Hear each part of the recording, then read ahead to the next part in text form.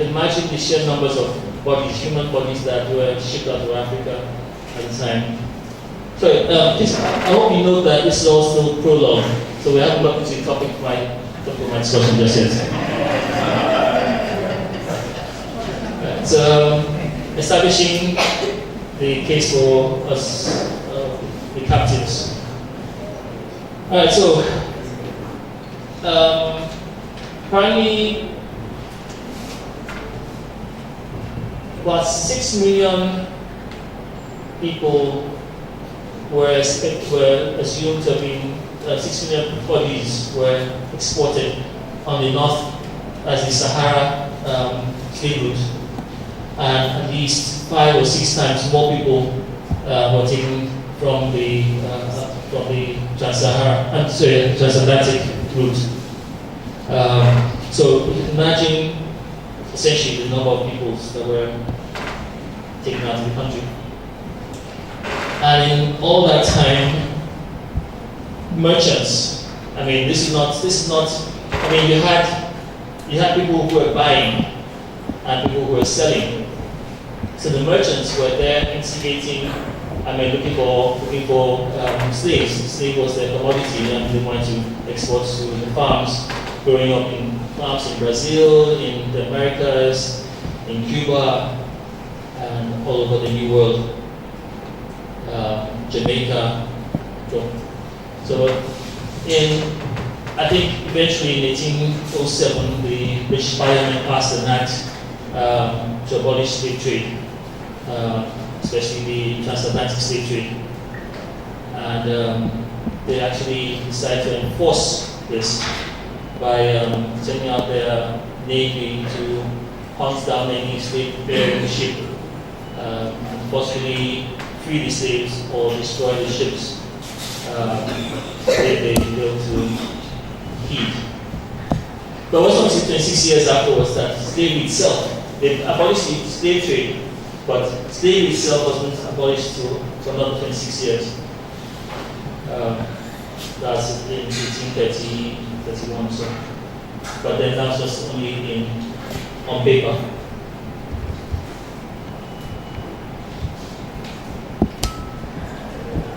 Okay, now that they stopped slavery, and you can imagine all these kingdoms that thrived on, that made business, that were making an income, or making their whole economy was based on slavery.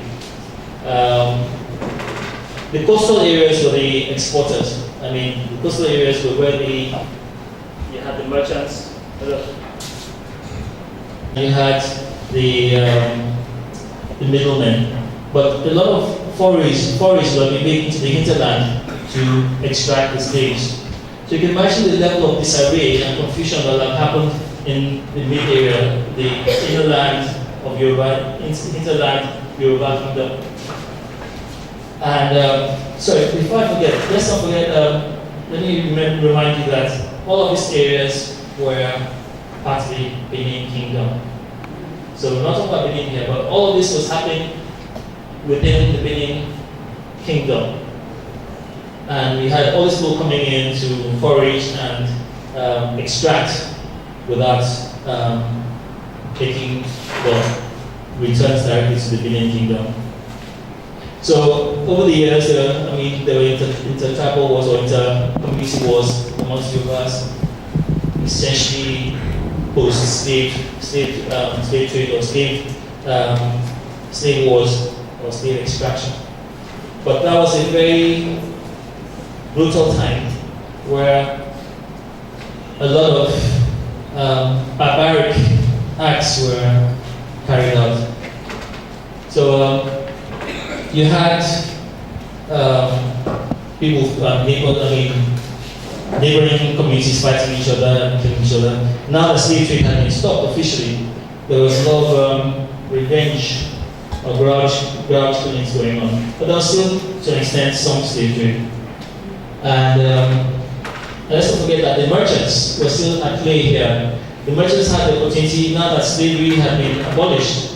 Now let's go for the commodities, I mean the produce, the palm oil, the sugar, I'm not sure, sorry, commodities they could extract. And let's also forget that this is now the Industrial Revolution, the time of the Industrial Revolution in Europe. So they needed a lot of raw materials. I mean, so slavery wasn't really that important anymore. They had enough slaves out there, so you could farm them.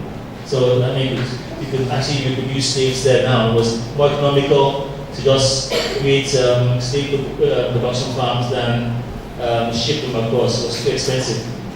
Now you had to feed your industries. So raw materials were very important, and that was now the quest that they embarked on. So during the course of this period, because of this wars, the Benin or Dahomey kingdom was very prominent, and there's King Gezo, who developed the army of Amazons. They're called Miano in local parlance. Miano means our mothers. These women were trained killing machines. They were officially married to the king. I mean, they were called king's wives, and they could not marry anybody else, and you could not touch them. If you touch them, you would be killed, or they kill you. These women, part of their training was to kill or decapitate captives. I mean, from young kids, they were trained to kill.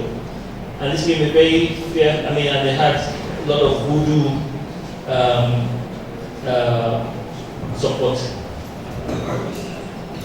So this nice picture here, we'll come back to this notion. Best picture in mind. If I say this is a killing machine, a very brutal army, and you see nice posing women like that, women like guys, it doesn't really make sense, does it? But there they were. This is one of the excursions. You can see the heads on the wall there. But then again, there's a gentleman there in a big helmet.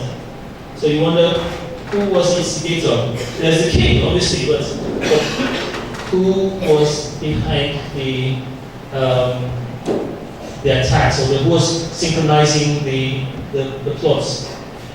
Magazines abroad celebrated them. I mean, this was great fighting force of women, and they essentially were, like Ed Kelso would say, they were badass. Again, throughout that period, there was a lot of, like I said, barbarism. I mean, it was black on black or tribe on tribe killings going on, and there was these are etchings from